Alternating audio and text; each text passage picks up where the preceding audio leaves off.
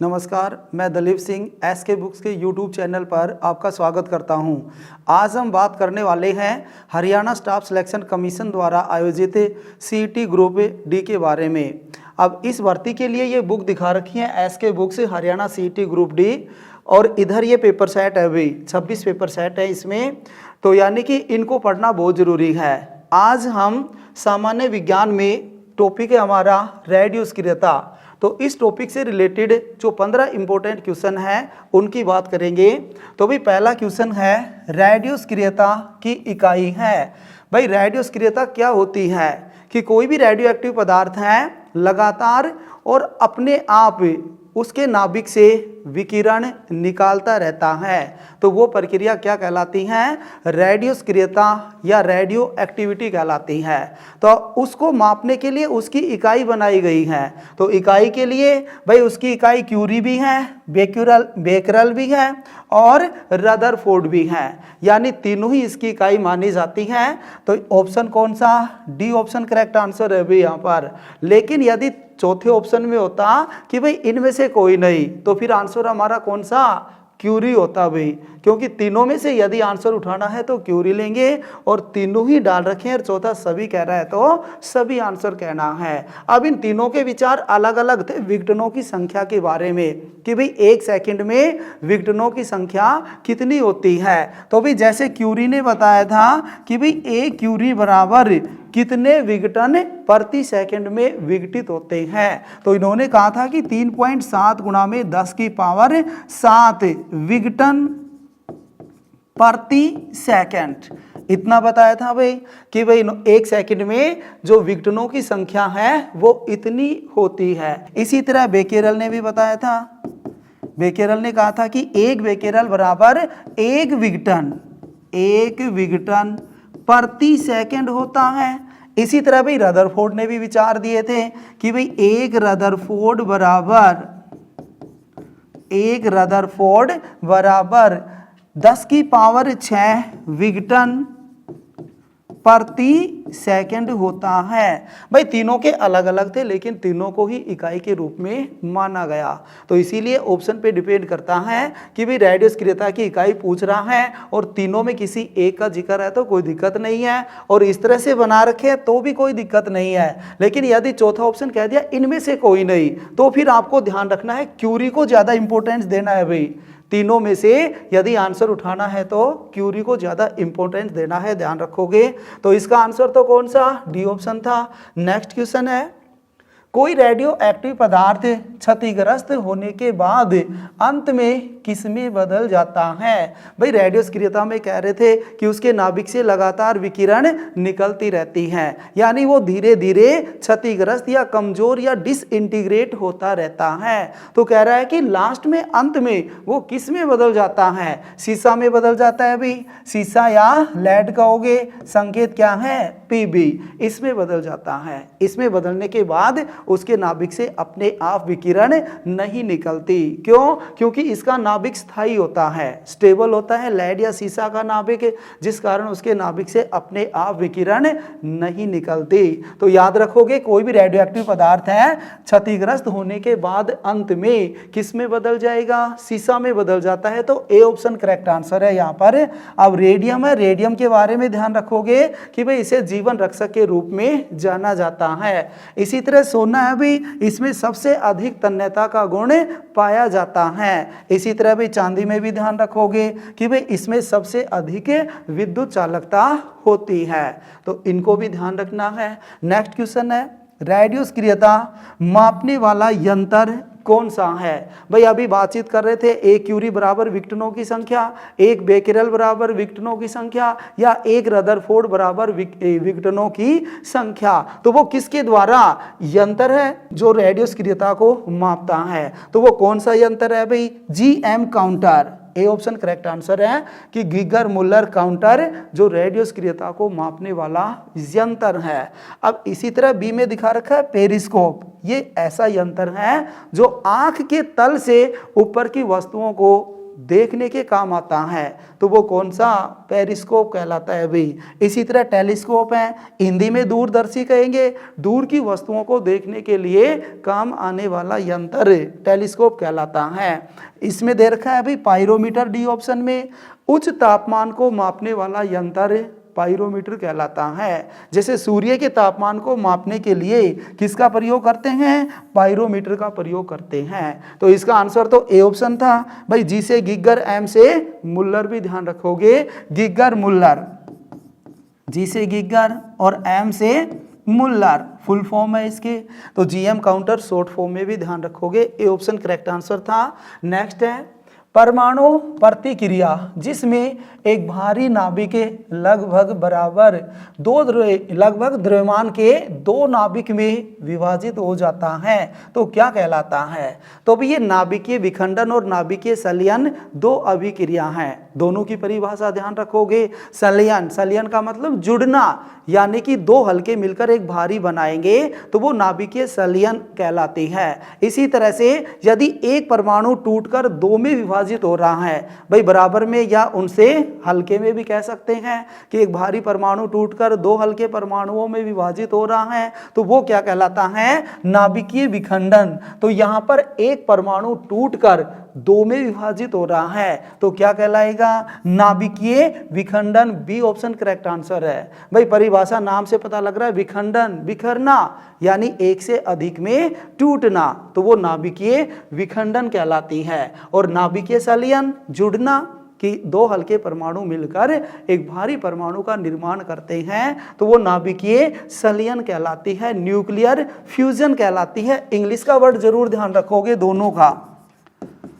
भाई इसका कहेंगे न्यूक्लियर फ्यूजन, उच्चारण बना देते हैं न्यूक्लियर फ्यूजन। इसी तरह इसका भी ध्यान रखोगे, न्यूक्लियर फिजन या फिशन भी कह सकते हैं, एक ही बात है। तो दोनों का इंग्लिश में नाम याद रखोगे। यहां पर option B option correct answer था। नेक्स्ट क्वेश्चन है, निम्न में कौन सा कण विद्युत क्षेत्र के ऋण आवेश की ओर झुक जाता है? भाई विद्युत क्षेत्र इलेक्ट्रिक फील्ड का ऋण आवेश की ओर झुका रहा है तो धन आवेश वाला झुकेगा। अब धन आवेश किस पर? अल्फा कणों पर होता है भाई, यानी जो अल्फा पार्टिकल है वो विद्युत क्षेत्र के ऋण आवेश की ओर झुक जाते हैं। तो ए ऑप्शन करेक्ट आंसर था इसका। अब इसको करेंगे कैसे? तो ध्यान रखना है तीनों कणों को ही, कि जैसे विद्युत क्षेत्र है भाई, इलेक्ट्रिक फील्ड है भाई, इलेक्ट्रिक फील्ड के दो आवेश, ऋण आवेश और एक धन आवेश। तो इधर हम ऋण आवेश की बात कर रहे हैं, नेगेटिव चार्ज की बात कर रहे हैं, ये नेगेटिव चार्ज बना दिया, और इधर पॉजिटिव चार्ज बनाते हैं धन आवेश, ये धन आवेश बना दिया। अब इस इलेक्ट्रिक फील्ड में, इस विद्युत क्षेत्र में कोई भी रेडियो एक्टिव पदार्थ रख देते हैं, जैसे रेडियम रख दिया भाई, कोई सा भी रख सकते हो, रेडियम रख दिया मैंने यहाँ पर। अब यहाँ से जो कण निकलेंगे अल्फा, बीटा व गामा, कौन सा कण किधर झुक जाता है? तो वो ध्यान रखना आपको। तो भाई यहाँ से जैसे अल्फा कण निकला और निकलते ही किधर झुक जाता है? विद्युत क्षेत्र के ऋण आवेश की ओर झुक जाता है। इसी तरह से बीटा कण निकलता है तो वो किधर झुकेगा? धन आवेश की ओर। लेकिन जो गामा कण है वो सीधा आर पार निकल जाता है। इन तीनों को ध्यान रखोगे आप कि कौन सा कण किधर झुक रहा है। अब आप सोच रहे होगे कि भाई इधर अल्फा ही क्यों झुका, बीटा क्यों नहीं झुका, इधर बीटा क्यों झुका, अल्फा क्यों नहीं झुका? इनका रीजन होता है। क्या रीजन है? कि भाई जो अल्फा कण है वो हीलियम के नाभिक के बराबर होते हैं। अब हीलियम के नाभिक में न्यूट्रॉन और प्रोटॉन, न्यूट्रॉन पर कोई आवेश नहीं तो प्रोटॉन पर धन आवेश होता है। तो यानी अल्फा कणों पर भी कैसा धन आवेश होगा भाई? Positive charge. तभी तो वो विद्युत क्षेत्र के ऋण आवेश की ओर झुक जाता है। क्यों? कूलाम के नियम के अकॉर्डिंग अलग अलग आवेश हैं तो आकर्षण बल, और एक जैसा आवेश है तो प्रतिकर्षण बल। तो भाई यहाँ पर अलग अलग आवेश हुआ कि भाई अल्फा कणों पर तो पॉजिटिव है और विद्युत क्षेत्र का नेगेटिव है। तो आपको ध्यान रखना है कि भाई विद्युत क्षेत्र के ऋण आवेश की ओर पूछ रहा है तो उससे अब विपरीत आवेश वाला झुकेगा। मतलब ऋण की ओर झुका रहे हैं तो धन वाला झुकेगा, और धन की ओर झुका रहे हैं तो ऋण वाला झुकेगा।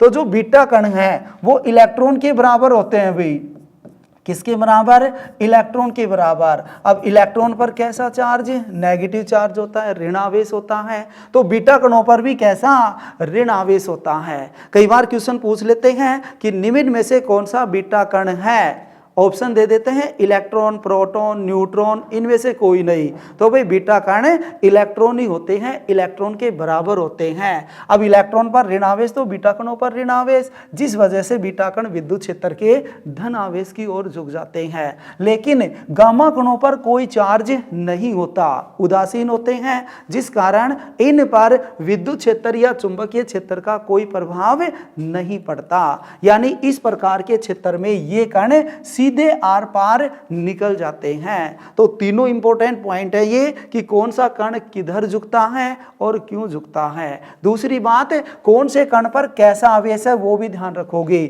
अल्फा कणों पर धन आवेश और बीटा कणों पर ऋण आवेश कहेंगे वे, तो और गामा पर कोई चार्ज नहीं होता। तो यहां पर क्वेश्चन में पूछा गया था कि विद्युत क्षेत्र के ऋण आवेश की ओर, तो कौन सा धन आवेश वाला झुकेगा? अल्फा कण झुकेगा।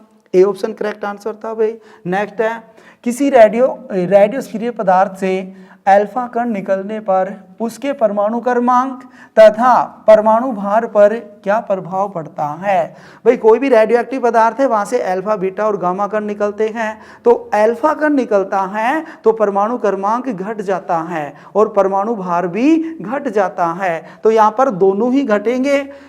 भाई क्वेश्चन पूछ रखा है कि परमाणु क्रमांक और परमाणु भार पर क्या प्रभाव पड़ेगा, तो दोनों ही घटते हैं भाई, डिक्रीज हो जाते हैं। लेकिन बीटा कण निकलता है तो परमाणु क्रमांक तो बढ़ जाता है, लेकिन परमाणु भार पर कोई प्रभाव नहीं पड़ता। इसी तरह गामा कण निकलता है तो भी परमाणु क्रमांक व परमाणु भार पर कोई प्रभाव नहीं पड़ता। तो तीनों का ध्यान रखोगे। इसका आंसर ए ऑप्शन था। नेक्स्ट है, किसी तारे से लगातार ऊर्जा मिल रही है, उस तारे में कौन सी अभिक्रिया होती है? तो भाई जैसे सूर्य है, सूर्य से हमें लगातार ऊर्जा मिल रही है, तो सूर्य भी एक तारा ही है। तो सूर्य में कौन सी नाभिकीय संलयन की अभिक्रिया होती है? ए ऑप्शन करेक्ट आंसर है। इसी तरह हाइड्रोजन बम भी ध्यान रखोगे, हाइड्रोजन बम, इसमें भी कौन सी अभिक्रिया? नाभिकीय संलयन की अभिक्रिया होती है। दोनों इंपॉर्टेंट क्वेश्चन हैं, हाइड्रोजन बम में पूछे या फिर सूर्य में, या किसी तारे का नाम लेकर कह देते हैं किसी तारे से लगातार ऊर्जा मिल रही है, तो उस तारे में कौन सी अभिक्रिया? तो नाभिकीय संलयन। अब ये भी ध्यान रखोगे कि भाई जो नाभिकीय संलयन है इसको उच्च तापमान की जरूरत होती है, उच्च तापमान की जरूरत होती है, तब होती है यह अभिक्रिया। इसी तरह बी ऑप्शन में नाभिकीय विखंडन दिखा रखा है। तो भाई नाभिकीय विखंडन को ध्यान रखोगे कि भाई परमाणु भट्टी में, एटॉमिक रिएक्टर, परमाणु भट्टी में कौन सी अभिक्रिया?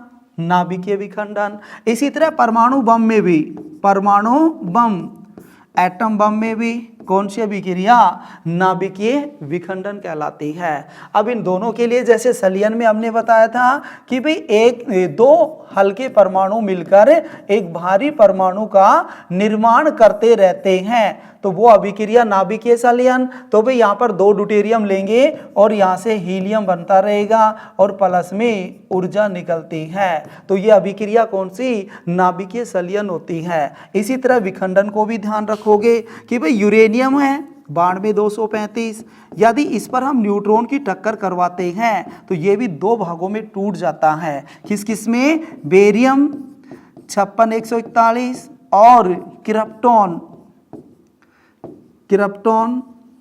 36-92 और 3 न्यूट्रॉन और प्लस में ऊर्जा निकलती है, प्लस में ऊर्जा निकलती है। यानी एक भारी परमाणु टूटकर दो हल्के परमाणुओं में विभाजित हो रहा है, तो नाभिकीय विखंडन। अब यदि इस अभिक्रिया को कंट्रोल कर लेते हैं तो किसका रूप धारण? परमाणु भट्टी का। और यदि कंट्रोल नहीं कर पाए हैं तो किसका? परमाणु बम का रूप धारण कर लेती है। तो ये भी ध्यान रखोगे आप कि भाई परमाणु बम में कौन सी अभिक्रिया? तो अनियंत्रित नाभिकीय विखंडन, और परमाणु भट्टी में नियंत्रित नाभिकीय विखंडन कहोगे। अब कहोगे परमाणु भट्टी क्यों बनाते हैं भाई, क्या किस काम में आती है कि यहाँ से जो ऊर्जा निकल रही है उस ऊर्जा को दूसरे कार्यों में प्रयोग कर लेते हैं। भाई जैसे बिजली बनाने में। और परमाणु भट्टी सबसे पहले किसने बनाई थी? Enrico Fermi. एनरिको फर्मी, ये भी ध्यान रखना है साथ साथ कि परमाणु भट्टी सबसे पहले किसने बनाई? Enrico Fermi. तो इसका आंसर ए ऑप्शन था, बाकी इन बातों को भी ध्यान रखेंगे। नेक्स्ट क्वेश्चन है, परमाणु भट्टी में मंदक के रूप में किसका प्रयोग किया जाता है? भाई जो न्यूट्रॉन निकल रहे थे उनकी गति को धीरे करना है, स्लो करना है, तो उसके लिए हमें भारी पानी का भी और ग्रेफाइट की छड़ का भी दोनों का यूज करते हैं। तो ऑप्शन कौन सा? सी ऑप्शन करेक्ट आंसर है, जो न्यूट्रॉनों की गति को धीरे कर देते हैं। इसी के साथ याद रखोगे आप कि भाई परमाणु भट्टी को पूरी तरह से कंट्रोल करना है तो नियंत्रक के रूप में पूछ लेता है। भाई नियंत्रक के रूप में इंग्लिश में कहेंगे कंट्रोलर के रूप में, इंग्लिश में कंट्रोलर के रूप में किसका प्रयोग है? भाई बोरॉन और कैडमियम की छड़ों का प्रयोग करते हैं। ये क्या करती हैं? जो न्यूट्रॉन निकल रहे हैं उनको पूरी तरह अवशोषित कर लेती हैं, एब्जॉर्ब कर लेती हैं, जिस कारण फिर वो परमाणु भट्टी या जो अभिक्रिया कर रहे थे वो हमारे नियंत्रण में हो जाती है। तो इसी तरह दोनों को ध्यान रखोगे कि भाई परमाणु भट्टी में मंदक के रूप में भारी पानी व ग्रेफाइट की छड़ का, कंट्रोलर के रूप में बोरोन और कैडमियम की छड़ का। इसी तरह तीसरा पॉइंट एक और आता है शीतलक के रूप में, इंग्लिश में कहेंगे कूलेंट, शीतलक या कूलेंट के रूप में। तो भाई इसमें भारी पानी भी यूज करते हैं, हैवी वाटर भी, या फिर साधारण पानी भी यूज करते हैं, ऑर्डिनरी वाटर या नॉर्मल वाटर। इसी तरह लिक्विड सोडियम का भी यूज होता है, द्रवित सोडियम, लिक्विड सोडियम भी यूज होती है इसमें, द्रवित सोडियम। तो तीनों का ध्यान रखोगे साथ साथ। अच्छा मंदक को इंग्लिश में भी ध्यान रखोगे, मॉडरेटर, मॉडरेटर कि भाई मॉडरेटर के रूप में किसका प्रयोग? तो भारी पानी व ग्रेफाइट की छड़ का प्रयोग। तो सी ऑप्शन था क्वेश्चन का आंसर। नेक्स्ट है कार्बन 14 डेटिंग का प्रयोग किस में किया जाता है? तो भाई जीवाश्म, ए ऑप्शन करेक्ट आंसर है यहाँ पर। जीवाश्म मतलब मरे हुए जीव जंतु, उनकी आयु ज्ञात करने में, या फिर पेड़ पौधों की आयु ज्ञात करने में भी इसका प्रयोग करते हैं। लेकिन एक बात और ध्यान रखोगे, वार्षिक वलय होते हैं भाई पेड़ में, वार्षिक वलय यानी आप पेड़ को काटते हो, तने को काटते हो तो उसमें इस तरह से आपको रिंग दिखाई देती है, तो ये वार्षिक वलय कहलाते हैं। वार्षिक वलय को गिनकर भी पेड़ पौधों की आयु का पता लगाया जाता है, वो भी ध्यान देंगे। तो ये ऑप्शन करेक्ट आंसर था। बी में दे रखा है भारी चट्टान की आयु ज्ञात करने में किसका प्रयोग किया जाता है? तो भाई यूरेनियम 92 235 का प्रयोग करते हैं भारी चट्टान की आयु ज्ञात करने में। इसी तरह थायराइड ग्रंथि के इलाज में किसका प्रयोग? आयोडीन 131, जो इसके परमाणु भार को दर्शाता है, आयोडीन 131 का प्रयोग थायराइड ग्रंथि के इलाज में। कैंसर के इलाज में कोबाल्ट 60 का प्रयोग करते हैं। तो इनको भी ध्यान रखोगे साथ साथ। नेक्स्ट क्वेश्चन है सबसे भारी किरण या कण, इंपॉर्टेंट क्वेश्चन है भाई। आप कण तो अल्फा रट लेते हो लेकिन किरण आता है तो कंफ्यूज हो जाते हो, गामा में पहुंच जाते हो नहीं। क्यों? क्योंकि जो कण भारी है वो ही किरण भारी होती है। भाई जैसे मैं कहूंगा अल्फा किरण, अल्फा किरण है तो किससे मिलकर बनी हुई है? अल्फा कणों से। बीटा किरण बीटा कणों से। गामा किरण गामा कणों से। तो जो कण भारी है वो ही किरण भारी होगी। तो यहाँ पर आंसर कौन सा? ए ऑप्शन करेक्ट आंसर है अल्फा। इसी तरह से गामा के बारे में ध्यान रखोगे कि भाई जो गामा है उसकी भेदन क्षमता सबसे अधिक होती है, भेदन क्षमता सबसे अधिक होती है, और ऊर्जा भी हम गामा के लिए, आवर्ती भी गामा के लिए अधिक कहेंगे। नेक्स्ट क्वेश्चन है कि निम्न में आयनीकरण क्षमता सबसे अधिक कौन से कणों की है? तो अल्फा कणों की होती है भाई आयनीकरण क्षमता, भेदन क्षमता गामा की ध्यान रखोगे, और आयनीकरण क्षमता अल्फा कणों की ध्यान रखोगे। इन दोनों में आप कंफ्यूज हो जाते हो कि कौन से कणों की क्या ज्यादा है। तो इसके लिए एक छोटा सा लॉजिक है। लॉजिक क्या है भाई? जैसे अल्फा कणों के आयनीकरण क्षमता अधिक होती है। भाई अधिक के लिए लॉजिक बना रहे हैं तो इसी के अकॉर्डिंग आपको ध्यान रखना है। इसी तरह एक में है भाई गामा कण, तो गामा कणों की वेदन क्षमता अधिक होती है, वेदन क्षमता अधिक होती है। इन दोनों के लिए लॉजिक से ध्यान रखना हमें, क्योंकि वैसे हम कंफ्यूज हो जाते हैं, रटते हो तो भूल जाते हो आप। ऑप्शन में बीटा भी मिलता है लेकिन बीटा को ध्यान नहीं रखना, क्यों? क्योंकि इनका ऑर्डर लिखते हैं, जैसे आयनीकरण क्षमता का लिखते हैं तो अल्फा सबसे अधिक, बीटा उससे कम और गामा सबसे कम। इसी तरह वेदन क्षमता का लिखोगे तो अल्फा तो गामा तो सबसे अधिक, बीटा उससे कम और जो अल्फा है वो सबसे कम। तो यानी बीटा दोनों के साइड में आ रहा है, तो बीटा की कहानी खत्म। हमें तो अल्फा और गामा के बारे में बातें करनी है कि उनके बारे में कौन सा आंसर देना है। तो भाई ध्यान रखोगे अधिक के लिए लॉजिक बनाया है। अब जैसे हमने छोटी क्लासों में पढ़ा होगा भाई ए के बाद आ बढ़ता हुआ क्रम है, अधिक के लिए है, तो यानी ऐसे तो अल्फा ध्यान रखोगे और आ से आयनीकरण क्षमता, मतलब अल्फा कणों की क्या ज्यादा, आ ए के बाद आ है भाई, तो आ से क्या बनाएंगे, आयनीकरण क्षमता। इसी तरह यदि गामा की पूछता है तो फिर गामा में क्या रह जाएगा, वेदन क्षमता। भाई दोनों में एक में लॉजिक लगाना था, दूसरा अपने आप याद रह जाएगा। तो इस लॉजिक के द्वारा ध्यान रखोगे कि भाई आयनीकरण क्षमता सबसे अधिक किसकी, अल्फा कणों की।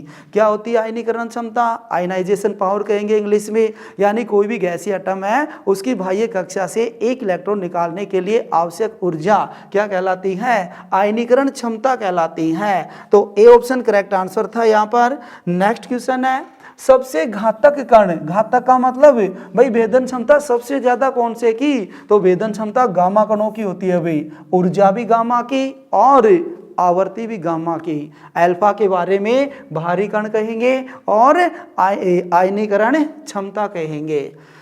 नेक्स्ट क्वेश्चन है किसी तत्व के किसी परमाणु से एक बीटा कण के उत्सर्जन के परिणाम से बनता है।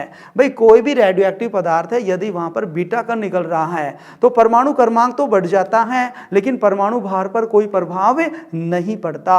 मतलब जो रेडियोएक्टिव पदार्थ था उसमें एक बीटा कण निकल गया तो जो पहले उसका परमाणु भार था बाद में भी परमाणु भार वही रहता है, तो इसका मतलब भार बराबर है, तो वो क्या कहलाएंगे, फिर क्या बनता है, समभारिक बनता है भाई, आइसोबार। तो बी ऑप्शन करेक्ट आंसर है। समस्थानिक में परमाणु क्रमांक बराबर होते हैं। नेक्स्ट है एक पदार्थ को 2 घंटे के लिए रखा जाता है तो इस समय के दौरान 3/4 भाग विघटित हो जाता है। तो पदार्थ का अर्धायुकाल निकालना है अभी, यानी कि अर्धायुकाल किसे कहते हैं वो ध्यान होना चाहिए कि भाई ऐसा समय जिसमें कोई भी पदार्थ अपनी प्रारंभिक मात्रा का आधा रह जाए वह समय उसका अर्धायुकाल कहलाता है। तो इसका एक सूत्र है निकालने के लिए, n/n0 बराबर 1/2 उसकी power small t by greater t। अब n क्या है, यानी कि उस समय वो कितना बच रहा है, उस समय उसकी संख्या कितनी है। इसी तरह n0 है भाई प्रारंभिक संख्या की प्रारंभिक मात्रा उसकी कितनी है। इसी तरह t क्या है भाई विघटित समय, यानी कि विघटित होने में वो कितना समय ले रहा है। ग्रेटर t क्या है, अर्धायुकाल होता है भाई। तो यहाँ पर हमें n के बारे में पता होना चाहिए पहले और n0 के बारे में पता होना चाहिए। तो भाई n यहाँ पर फ्रैक्शन में होगा 1/, के रूप में आता है, तो n0 को हमेशा 1 मानकर चलोगे क्योंकि वो एक का ही पार्ट होता है।